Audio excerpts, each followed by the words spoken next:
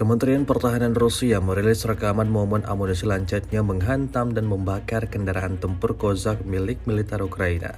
Rekamannya diunggah di Telegram Kementerian Pertahanan Rusia pada Kamis 15 Agustus 2024. Dalam keterangan unggahan disebutkan, pasukan dari kelompok Sever terus membakar peralatan angkatan bersenjata Ukraina di wilayah perbatasan wilayah Kursk. Kendaraan tempur lapis baja Kozak milik angkatan bersenjata Ukraina yang ditemukan oleh tentaranya saat amunisi lancat yang berkeliaran menghantam dan membakar. Akibatnya, para pasukan Ukraina ketar-ketir menyelamatkan diri. Beruntung tak ada korban jiwa yang dilaporkan dalam serangan ini.